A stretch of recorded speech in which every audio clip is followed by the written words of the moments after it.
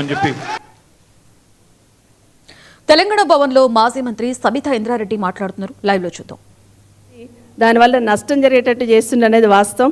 ఇప్పటికీ అడుగుతా ఉన్నాను, అసలు ఫోన్ ట్యాపింగ్ ఈ రాష్ట్రంలో మరి మీరు చేస్తున్నారా లేదా, ఫోన్ ట్యాపింగ్ జరుగుతుందా లేదా, ప్రజలను రాష్ట్రాన్ని దృష్టిలో పెట్టుకొని ఆ వింగ్ పనిచేయాలి, పని చేస్తుందా, ఆ వింగ్ను క్లోజ్ చేశారు, అది చెప్పాల్సిన అవసరం ఉంది. ఎందుకంటే ఏదీ లేదు కాబట్టి ఏదో ఒక రకంగా బీఆర్ఎస్ పార్టీ నాయకులను టార్గెట్ చేయాలనే ప్రయత్నంలో భాగంగానే మీరు ఈరోజు ఈ సిట్ వేసి ఫోన్ ట్యాపింగ్ దాన్ని ఎంక్వైరీ చేస్తున్న విషయాన్ని ప్రజలు ఇప్పటికే గమనించున్నారు. మీరు ఎన్ని రకాలుగా భయపెట్టాలని ప్రయత్నం చేసిన, ఎన్ని రకాలుగా టార్గెట్ చేయాలని చేసిన ప్రయత్నం చేసిన బీఆర్ఎస్ పార్టీకి సంబంధించిన నాయకులు ప్రజల కోసమే పోరాటం చేస్తారు, ప్రజల కోసమే ప్రశ్నిస్తారు. తెలంగాణ రాష్ట్రానికి నష్టం జరిగితే ఎట్టి పరిస్థితుల్లో రాజీ పడరు అనేది ఇప్పటికీ తెలంగాణ రాష్ట్ర ప్రజలందరూ కూడా స్పష్టంగా తెలుసు. మీరు ఎన్ని రకాల ఇబ్బందులు పెట్టాలని ప్రయత్నం చేసినా ప్రజల పక్షాన మీరు ఇచ్చిన 6 గ్యారెంటీలు, మీరు చెప్పిన 420 హామీలు అమలయ్యేంత వరకు ప్రశ్నిస్తూనే ఉంటాం, ప్రజల పక్షాన పోరాటం చేస్తూనే ఉంటాం. Thank you.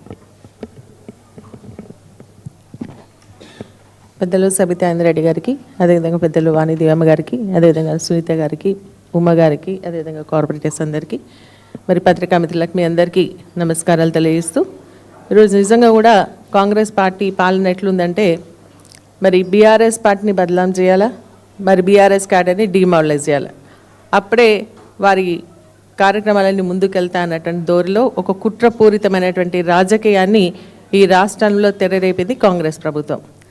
మనం చూసుకున్నట్టయితే ఈరోజు 2 ఇయర్స్లో వాళ్ళు చేసింది ఏమీ లేదు.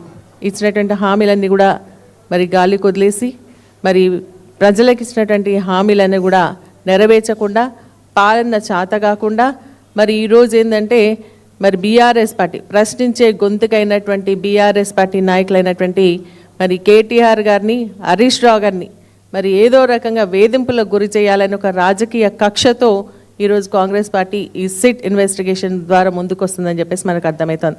ఇది ఒకటే కదా, ఇప్పుడు అక్క చెప్పినట్టుగా మనకు ట్రాన్స్కోకు సంబంధించినటువంటి కమిషన్ కానీ, కాళేశ్వరం కమిషన్ కానీ, అదేవిధంగా మనకి ఈ కార్ రేసింగ్ కానీ, ఇప్పుడు ఫోన్ ట్యాపింగ్ కానీ, ఇవన్నీ కూడా ఒక రాజకీయ కక్షలో భాగంగానే ఇవన్నీ కూడా జరుగుతున్నాయని మనకి ప్రజలందరూ కూడా గమనిస్తూ ఉన్నారు. ఎందుకు నిన్నటికి మొన్న మరి బొగ్గు స్కామ్ గురించి హరీష్ రావు గారు మాట్లాడినటువంటి సమయంలో ఈవినింగే వితౌట్ 24 hours ఇంటిమేషన్ కూడా నోటీస్ ఇవ్వకుండా హరీష్ రావు గారికి నోటీస్ పంపించడం, తర్వాత వితిన్ 2 daysలో మళ్ళీ కేటీఆర్ గారికి నోటీస్ పంపించి ఈరోజు ఇన్వెస్టిగేషన్కి పిలిపించడం జరిగింది. సో ఇది ప్రభుత్వం ఏంటంటే నిజంగా ఒక వాళ్ళకి ఈ యొక్క సిట్ అనేది ఏమంటుంది, ఎక్కడైనా ఏదైనా ఆరోపణలు వస్తే దానిపైన ఎంక్వైరీ కోసం చేయడం జరుగుతుంది. దానికి కూడా ఒక టైం బాండ్ ఉంటుంది, ఏ దానికైనా కూడా ఒక టైం ఉంటుంది. 3 నెలల 6 నెలల విచారణ చేపట్టండి, దానికి సంబంధించినటువంటి ఆరోపణలు ఏవైతే నిజమైతే బయటికి చెప్పాల్సినటువంటి అవసరం ఉంటుంది. ఒక స్వతంత్ర దర్యాప్తు సంస్థ అది. కానీ ఈరోజు ప్రభుత్వం ఏంటంటే తనకు అనుకూలంగా మలుచుకోవడానికి మరి ఈ కార్యక్రమాలన్నీ కూడా చేసినట్టుగా మనకు కనిపిస్తూ ఉంది. మనం చూసుకున్నట్టయితే ఈరోజు హరీష్ రావు గారు, మరి అదేవిధంగా కేటీఆర్ గారు దేశవ్యాప్తంగా పేరు పొందినటువంటి నాయకులు కాబట్టి వారి ప్రతిష్టను దిగజార్చే విధంగా మరి ఈ ఇన్వెస్టిగేషన్ పిలిపించి వారిని మానసిక క్షోభకు గురిచేసే విధంగా ఈరోజు మన కేటీఆర్ గారు మాట్లాడుతూ కూడా మనం అర్థం చేసుకోవడం జరిగింది. కుటుంబాలను బయటకు వచ్చి లేని కార్యక్రమాలని, ఆరోపణలని కూడా చేస్తూ మరి ఇబ్బంది పెట్టేటువంటి కార్యక్రమం ఈ ప్రభుత్వం వచ్చిన తర్వాత చేయడం ఆనవాయితీగా మారుతుందని చెప్పేసి వారు ఆవేదనతో మాట్లాడినటువంటి విషయాలు కూడా ఈరోజు ప్రజలు గమనిస్తున్నారని చెప్పేసి కూడా నేను తెలియజేస్తాను. ఇప్పుడు నిజంగా బొగ్గు స్కామ్ జరిగింది అనుకుంటున్నాం. మరి ఈరోజు వారి మంత్రే చెప్తా ఉన్నారు, డిప్యూటీ సీఎం గారే చెప్తున్నారు దానికి నిజంగా కూడా రద్దు చేస్తున్నామని చెప్పేసి చెప్పడం జరిగింది. దానిపైన కేంద్ర ప్రభుత్వం కూడా మరి ఒక కమిటీ వేస్తుంది. ఆ కమిటీ కూడా 3 months 3 days అని చెప్పేసి చెప్తా ఉన్నారు. కానీ ఈ విధంగా ఏంటంటే ఏదైనా సరే మరి ఇన్వెస్టిగేషన్ కేవలం ప్రతిపక్ష నాయకులపైన కాకుండా ఈరోజు ప్రభుత్వం ఏదైతే చేసినటువంటి అవినీతి కార్యక్రమాలు ఉన్నాయో, మరి ఎక్కడైతే స్కామ్స్ మనం చూస్తూ ఉన్నాం, ఫస్ట్ నుంచి ఈ ప్రభుత్వం వచ్చిన తర్వాత ప్రజలకు ఇచ్చినటువంటి హామీలు నెరవేర్చడంలో విఫలమైంది. కానీ వాళ్ళు చేసినటువంటి స్కామ్ ఒక్కొక్కటి కూడా మనం ఆలోచన చేసుకోవాలి.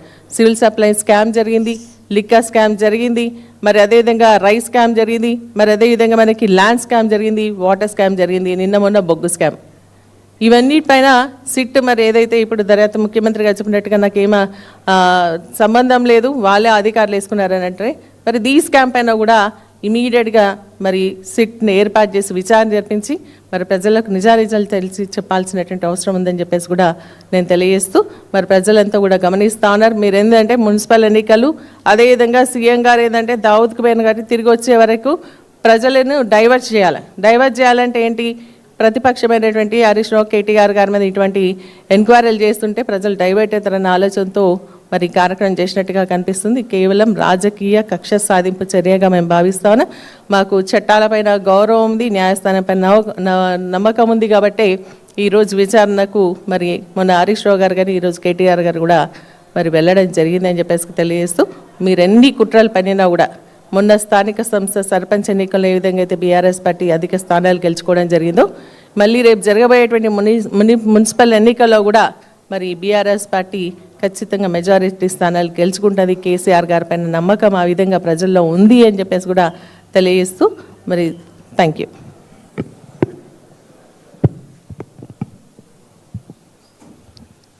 వేదిక మీద ఉన్న మాజీ మంత్రివర్యులు సబితా ఇంద్రారెడ్డి గారు, ఓకే, ఆవిడ ఊరికే మాజీ మంత్రి గారు హోమ్ మినిస్టర్ కూడా గతంలో మీ అందరికీ తెలుసు. ఆవిడ క్షుణ్ణంగా లా అండ్ ఆర్డర్ బాగా తెలుసు. అలాగే సునీత గారు, ఉమా గారు, మీడియా మిత్రులకి ముందుగా శుభోదయం. ఈడీ విచారణ లేకుంటే ఈ సిట్ విచారణ ఇలాంటివన్నీ ఎందుకుంటాయి అంటే స్పెషల్లీ ఈ విచారణ అనేది అసలు primarily used for government for national security, anti terrorism and criminal investigations కోసం మాత్రమే ఒక సైలెంట్గా పనిచేసే ఒక వింగ్, ఒక డిపార్ట్మెంట్లో సైలెంట్గా పనిచేసే ఒక వింగ్. దేనికోసం? నేషనల్ సెక్యూరిటీ ఆర్ రాష్ట్ర సెక్యూరిటీ గురించి. మరి దీన్ని ఒక బజార్లో పెట్టేసి దాన్ని సీక్రెసీ అందరికీ దాన్ని డైల్యూట్ చేసి దాని శాంక్టిటీ పోయి దాన్ని డైల్యూట్ చేస్తున్నారు. ఇది కరెక్ట్ కాదని నేను మరొకసారి విన్నవించుకుంటున్నాను. ఇంట్లో ఒక మామూలుగా ఒక కుటుంబంలో 4 పని చేసుకుంటే ఎంప్లాయీస్ ఉంటేనే ఇంటి పెద్దకు తెలవాలి ఎవరు ఇంటి కోసం మంచిగా పనిచేస్తున్నారు, ఇంటి కోసం అగెనిస్ట్గా ఎవరు పనిచేస్తున్నారు. తెలియకుంటే ఏమవుతుంది, ఆ ఇల్లు అయిపోతుంది, కూలిపోతుంది. అట్లాంటిది ఒక రాష్ట్రానికి మరి ఎవరు టెర్రరిస్టులు, ఎవరు మంచివాళ్ళు, ఎవరు ప్రజల సమస్యలు తీస్తున్నారు, నిజంగానే వాళ్ళు అగెనిస్ట్గా పనిచేస్తున్నారా, ప్రజల కోసం నిజంగానే మంచిగా పనిచేస్తున్నారా అని వాళ్ళు సీక్రెట్గా గూఢాచారి వ్యవస్థ అన్నది ఇప్పటి కాదు, ఎప్పుడో మనం కాళిదాసు కాళ్ళల్లోనే, మనం కౌటిల్యుని కాళ్ళల్లోనే మనం విన్నాం.